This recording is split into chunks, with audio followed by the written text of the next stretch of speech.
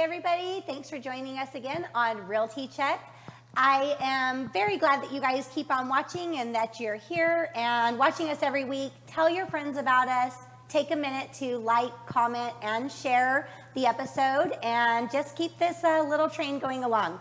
So as I told you guys before, we're starting a whole new series and we're changing up the whole vibe of the show to real estate panels where we have other real estate professionals on the show and we're going to just be discussing what's happening around town, what's happening in the market, what's happening in real estate. Great advice for anybody out there in the real estate market, buyers, sellers, and other realtors. You know, there's a lot of conversations that we're going to have that other realtors are going to want to hear as well. So please continue watching, and I hope you guys enjoy the show. So today we have some of this is like a reunion because these are both people that I've worked with in the past, and in real estate, everyone just ebbs and flows in all these different environments, and we cross paths all the time. So it's great. I'm so glad to have you guys here. We have Sharon Swanton. She's with Anchor Realty, and she's also a real estate coach with Affinity Solutions. Yep. So Sharon, thank you for being on the show today. Thank you for inviting me. Thank you. And Mike Kruse. Mike Kruse is the real estate broker with Reside. And Reside is a company you started up in this last year. Yeah, we just opened in April, located in Tivoli Village. We've got 10 agents, and we are starting to thrive. Awesome. Well, thank you guys so much for being here today. And Sharon, can you tell me a little bit about your coaching program? Yeah, it's really life and career management coaching because my experience is that if you're struggling in your business, there's usually a personal component. Mm-hmm. And so it's a lot about mindset. In fact, I would say it's all about mindset. That's primarily what I work with. And it's about the unconscious mind as well. So right. What Keller Williams used to call the drunk monkey, right. which is really your unconscious mind. Right. And you know, that's so important. And I realized that when I first got into real estate. It's not just that, real estate's it's just what we do. That's the activity, right? But so much of what we do is our mindset. Yes. You know, we're in sales, and sales can be brutal and very much like attack your everything. So especially your self-esteem. Right. Self-esteem, yeah. Just your whole, it's very hard, there's a lot more to it, so mindset is so important. Yep. So that's really good. So let's get started today. We're going to talk about, what's happening in the real estate market. So I have a few topic questions that we can, go off and discuss. Right now, median home price, I didn't check it this morning. It could have very well changed this morning, but last I checked, last week, we were at $405,000 median home price, which median home price means this is like an entry-level single-family home, usually for first-time buyers. That's substantially higher than it was when I started in real estate in 2014, because I think back then it was $195,000. So we're double. What does that mean for, I feel like this has a lot of impact on Las Vegas locals. Definitely. There's a huge impact, I feel, for first-time home buyers, people that work on the Strip. They're being priced out of the market. Right. I have a couple clients right now. Luckily, one of them, I was able to get them into a transaction last week. The other one, though, has been very tough. Yesterday, they're approved in the high 200,000s.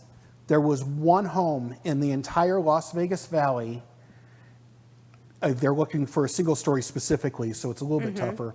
But there was only one single story under $300,000, and it was a manufactured home that had been converted to real property. Right, yeah. Manufactured homes, gosh, when I started, they were selling under $100,000, and now they're in the 200s. This is crazy. My experience with this kind of change is that what happens is your single-family home buyer becomes your townhouse condo buyer. Right. And our job as agents is to keep them in the market because they get discouraged very quickly.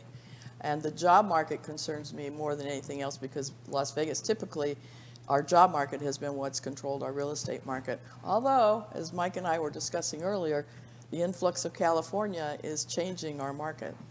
Yeah, right. And I'm sure I've said this probably many times here on the show and just all together. I feel like really the Californians are pushing out the Vegas people. They're pushing them to Pahrump. Yeah, You know? definitely. That's So right. That's a right. lot of people that have always lived here in Vegas, Vegas is becoming non-affordable to live in, so they're taking that commute. It's a better commute. Pahrump did open up that freeway. It's a lot better commute now. You can get they've been saying for years you can get to Pahrump in 45 minutes, but now it's true. Right. So that Pahrump's growing a lot. Yep. 5th largest growing city in the United States. Mm-hmm. So I do feel like that's a lot of people that are locals here are saying, you know, it is way more affordable to just live out there and commute.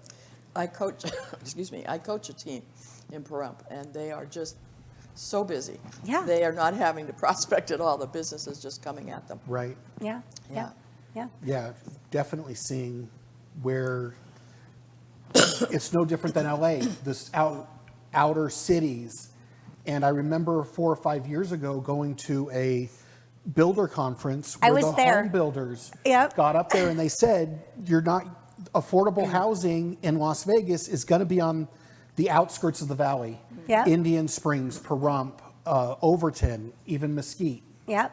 I was at that same builders conference and I remember that. And I remember thinking like, wow, because they said Vegas is one of the only cities that people don't have to commute to go to work. Right. It's very common in most cities Yeah. that you have to, there's quite a bit of a commute. We've been a little spoiled here. So that is, that is Definitely. something that I guess we had coming. When I heard it back then, I remember thinking like, Well, "Eh, we laughed it off. maybe, but now it's but nah. become a reality. No, it's reality. So we're here.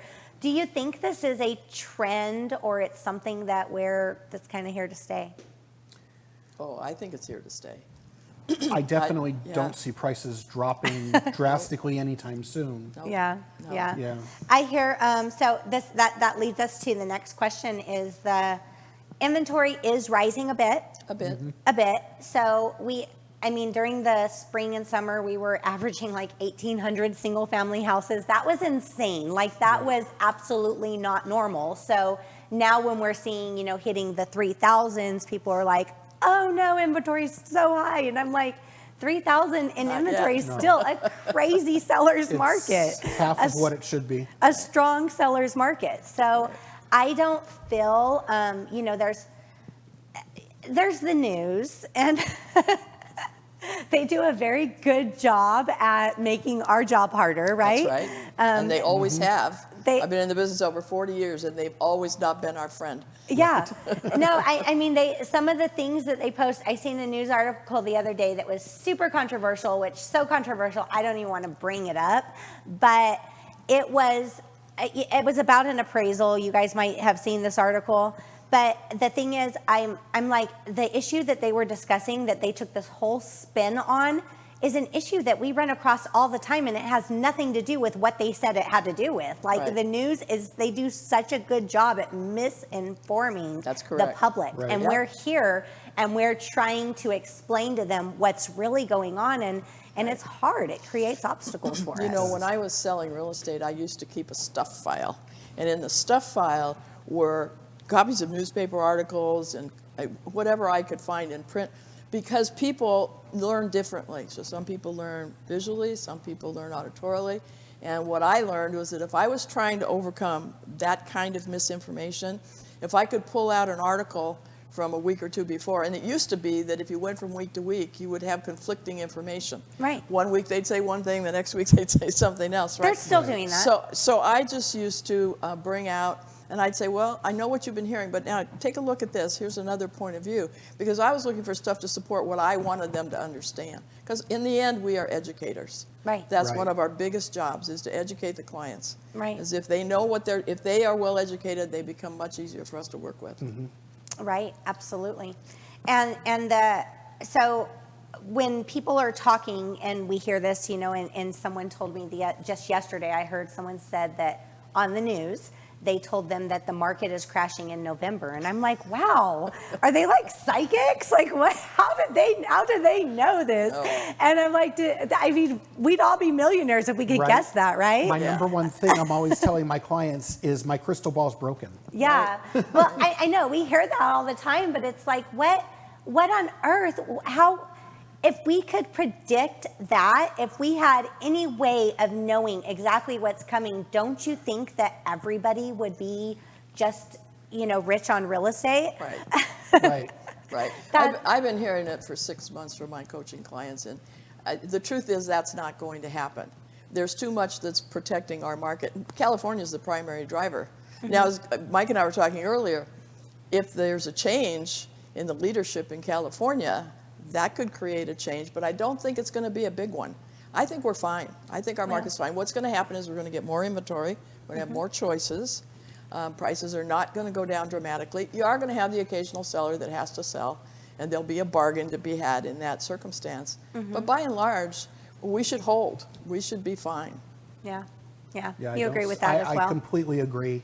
I really don't see a huge shift coming as far as our actual market goes.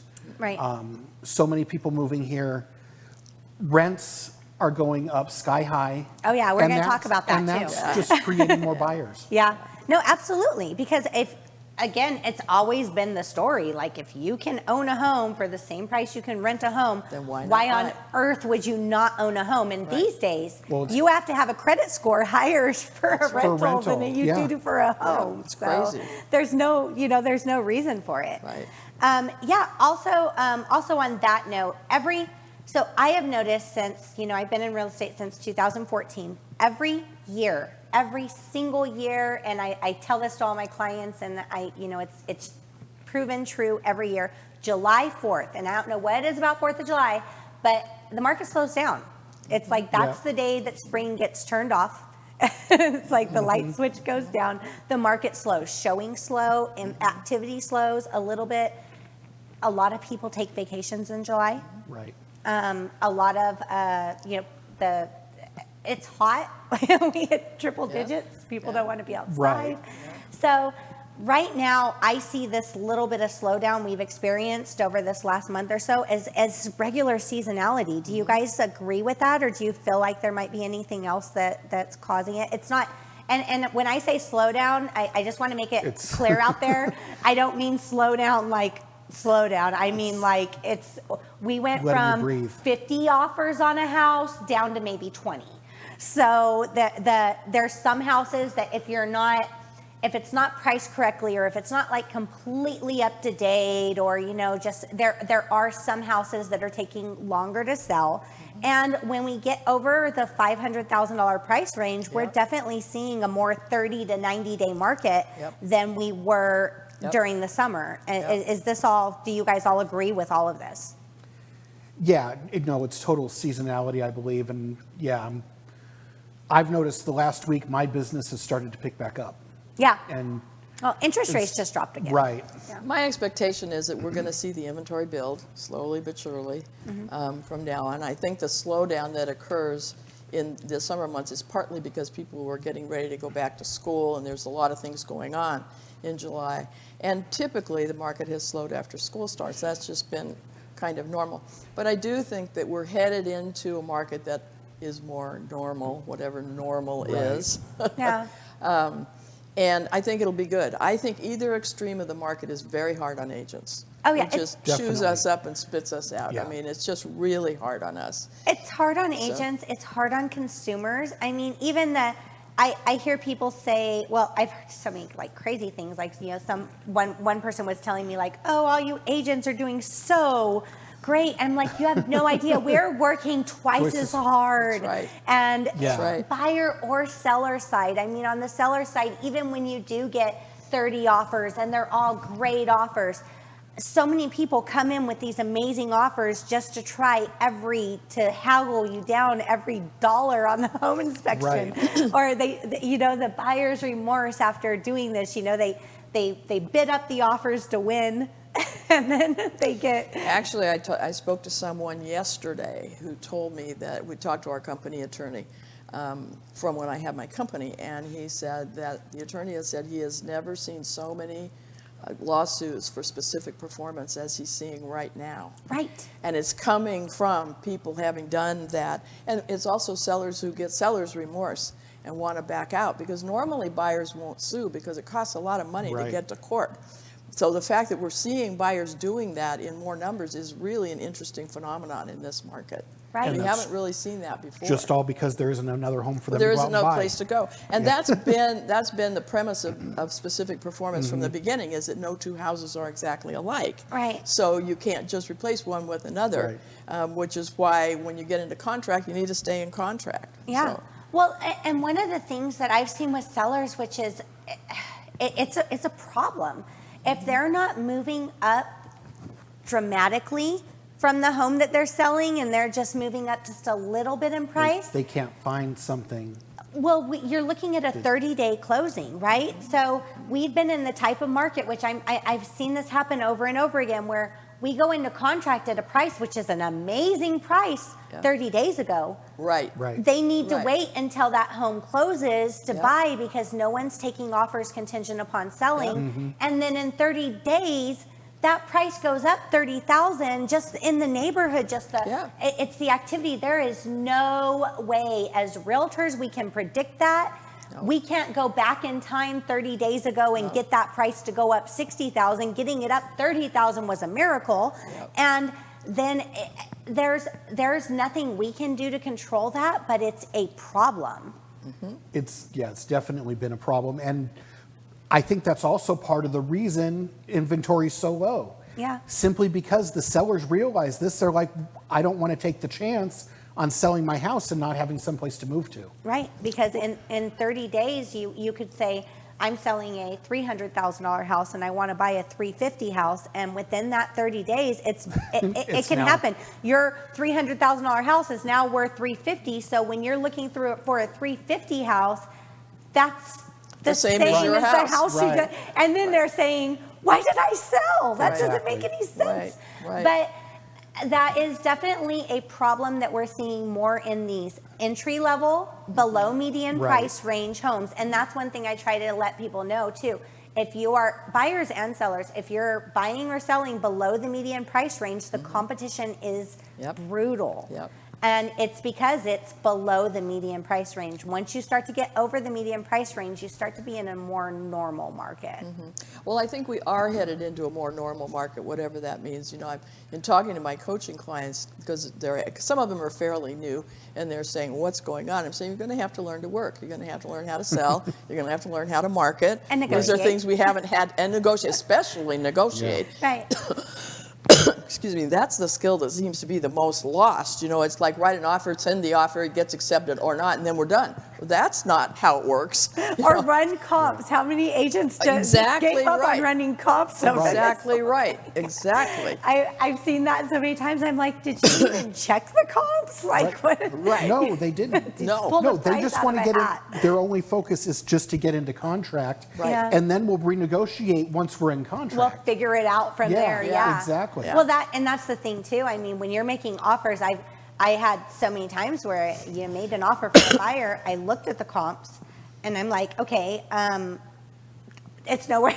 Right. Right. There's nothing there, but there's 30 offers, and they're all offering this much. So what do we do? You know, Right. you Well, have to I compete. want to say something about that, because everybody thinks it's wonderful. Oh my gosh, you've got 30 offers. No, it's not. That means you have to deal with 29 offers that are not Right. going to be accepted. Right. Because there's only going to be one, but the agent is dealing with 30. And so that's not a wonderful situation. That is a whole lot of work for only one sale. Right. Net sheets. No. Yeah. I had a stack that looked like, I mean, it was this thick, like it was Yep. huge, Yep. of net sheets for one sell one time. And I was just like, this is ridiculous. Yeah. This is ridiculous. We won't even get into the number of agents that don't know how to deal with that. And Oh, yeah. you flat out just never hear from them ever again. Right. Your offer just went into a black hole. Right. You have no idea what happened. They won't answer the phone. They hide. Trying to explain that to a buyer Yeah. is extremely difficult, because they're yes. upset. They don't even feel they've been represented. Right. Yeah. I mean, and so it's possible to lose buyers just out of this Definitely. process. Yeah. Oh, I've had buyers too. They're like, what do you mean they're not calling you back? This one's not calling you back either? Like, what do you mean by that? And I'm Right. like, yeah, it's a thing. right. That's right. Once That's they hit so absolutely many right. offers, I feel like some of the agents, will just bury their head in the sand and just hope it That's all goes exactly away. what they do. Yeah, but it's hard. I mean, I've been on that side too, and Right. You know, I have a property listed right now where we're getting offers in every 15 minutes, another one comes in, and we're not, the sellers don't want to meet till Monday. Wow, it's going to be insane. Right. You know, what are you going to do? What are you going to do? You know, but I'm taking every single offer, making sure that, you know, everything's fully, you know, represented, and taking all their email addresses and putting them on a spreadsheet so that when I have to break up with all the other ones that didn't get it, they at least get an email, which it's the best you can do. That's all you can do. That's the best you can do. Yeah. So this moratorium lifting. So moratorium is like, whoa, everyone's talking about the moratorium. With this lifting, people are saying there's going to be so much inventory and short sales and all these things. What are your thoughts on that? My personal feeling is that we feed off the California market. Huge. Yeah. The California government has said they are going to pay all back rents. So on people that haven't paid rent there. Oh, wow. So as far as that goes, I think it's going to help stabilize us here as well. Yeah, there's probably going to be a few homes that people end up losing. I really don't think it's going to be that huge of a number. If there is a problem, it's going to be a bigger problem than we even know what to do with. Because to be perfectly honest, if these people are all being evicted from rentals that they haven't paid rent on for the last 2 years, they're not going to be able to rent anything else, and they surely can't buy. They're not going to be able to rent. That's why rental criteria is gone. Homeless problem. Yeah, rental criteria has gotten so strict. You have to have a 620 or 650 credit score to get into a rental. Plus, they want higher deposits now, and the rent prices are insane. Yeah. I've even seen rentals where they're doing highest and best on those too. That's crazy. I'm involved with an investment group that is offering an opportunity for people who are coming out of forbearance and who can't make their payments, or they can't make an arrangement with the bank, where we will partner with them and help them get clean with the bank to save their credit, so that in the future they will have a nest egg, they will have some proceeds from the house, even though it won't be now, it'll be in the future, but so it saves their credit. Because the problem with actual foreclosure or short sale is then you can't rent anything, because you have no credit rating. So that is one thing that may help this market a little bit, is that people have alternatives for other things they can do with their house besides just lose it. Yeah. Completely. One of the things that I think personally, though, with the forbearance issue and the tenants that are in the homes and the ones that are paying or not paying, I think a lot of those homes have already been listed. We see, how many homes do we see on the market? I think last I looked was like 20 to 30% of the homes on the market were tenant occupied homes.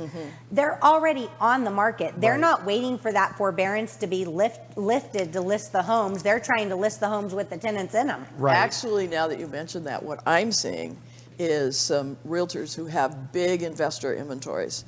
I'm seeing those inventories going on the market. I can think of one in bulk. The investors are dumping those I know, properties. I've seen her. She's listing every single thing that guy owns. In the whole valley. It's really. I know exactly who you're talking about. Everything he owns is out there. That's right. It's all on the market. And I don't think it's a forbearance issue for him. No. I think he's getting out of the market for whatever reason he's getting out of the market. Well, think about that. If your main source of income for all this time has been rental income, and now the government just stepped in and said, you can't collect rent. What? No. And you have, the market's amazing. Home prices are up. Why not? Exactly. Cash out, use that money, get it in an account and retire on it, or, do something else. But I absolutely think that makes perfect sense. I do too. So so that is definitely, I feel like for some investors, it changed the way they're looking at things. It changed the equation. It absolutely did. Absolutely. So our next one, I know, Mike, you have a lot to say about this. What about Ibuyers? Ibuyers. My current feeling is they're part of the problem. Yes. I have a friend that actually works for a home builder, so he knows the market, and he gets an email from one of the iBuyers. For up until about 3 weeks ago, he was getting an email every 3 to 4 days with a price offering him $5,000 more than the previous offer. So he has an 1,150 square foot home in Summerlin. His highest offer was $425,000, which is just absolutely insane. He has no plans of selling. Well, just last week, though, he got an email from them that was for $385,000. So They're dropping it, yeah. yeah, I don't know if they were sending those just to get people to bite on their Well, line. they do. I can't mention company names, but I have seen this specifically because I've, on my own house, raised my hand. They don't know I'm a realtor, right? Right. So I'm on my own house doing like, hey, tell me more about it. Go through the process. And they send you the offer. They send the offer, and what they're doing is they're sending the offers almost exactly or 5,000 to 10,000 above whatever your online estimate that might be out there in the internet world is. They send it out higher. Their fees are like 7%. They talk about this all. We don't charge commissions. Yeah, right. Their fees are like 7% when you add them up. Right. And they get the sellers tied up in this. They say, no repairs, no, all this other stuff. You move quickly. It's headache free. So what do the sellers do? They think we're going to close within 2 weeks or 30 days. Let's get packed up, get moved out, get whatever. By the time 10 days or 14 days or whatever they do, because most of them do 10 business days, Right. which equals out to 14 to 15 days, which is forever in the real estate world.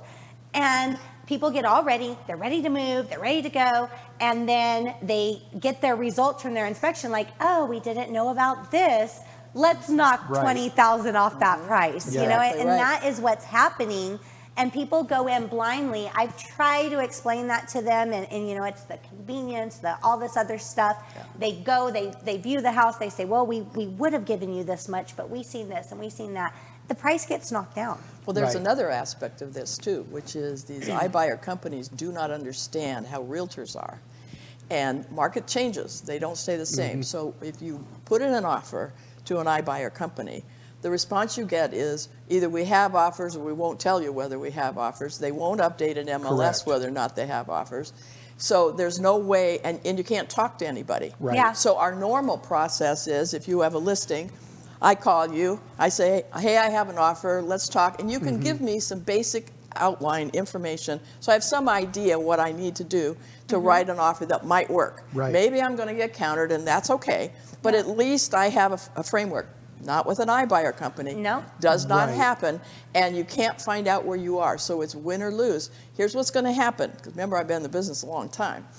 What's going to happen is the market's going to change, and those iBuyer companies, we are not going to make offers on their properties because we don't like the experience that we're having. no. We can't give our clients any feedback. We have no way to be responsive to our clients' needs. So those wonderful listings are going to sit there because I'm going to sell everything else that I can before I'm going to sell an iBuyer listed property, simply because I Right. don't want to go through the pain and agony of trying to explain to my buyer why it is I don't have any idea what's going on. Right. And also, for the most part, when working with sellers, I've discovered too, once I explain to them, you're choosing to work with a big corporation. Yep. I said, and you and I both know, whenever there's a problem with a big corporation, Yep. who wins, the big corporation or the little guy? Yep. Yeah. And they usually do understand, and Yep. they respect that human element. Yep. Yeah.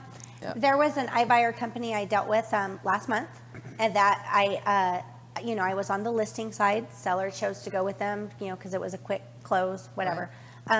And there was nothing quick about it. They Right. sent us Right. 2 extensions, Yeah. and the extensions came with cancellations. Yeah. It was like, it was so frustrating, right? Right. It was very, very frustrating. There was nothing quick or convenient about it. Right. And the same company has made a extremely good offer on another listing I have, basically to beat out everybody else, Yep. but has all these, loophole terms in the offer. For me, I'm sorry, but it's only good representation to my seller to explain my last Yes. experience with the same company, Yep. and this might happen again. Well, Right. and one of the things that I've said for a long time is that our job as agents, especially as listing agents, is to look at what's not in the contract, not just what is in the contract. And Exactly. in these transactions, that has never been more true. And something I ran into with an agent in my brokerage, she was representing her buyer, and it was on one of these iBuyer owned properties. Well, when the iBuyer bought the property, there was a title issue. and they didn't get clear title. So they ended Wow. up, so on the buyer's side, we couldn't close because we're certainly not going to close with a title issue from the previous owner. Of course Yeah. not. So it delayed their closing for our client by 3 to 4 weeks. Well, you know, my experience, I happened to go to a conference. I was invited to a conference with Zillow in Seattle. I think it was a couple of falls ago. I can't remember exactly. Anyway, what I was so impressed with is that every single person in that company was under the age of 40.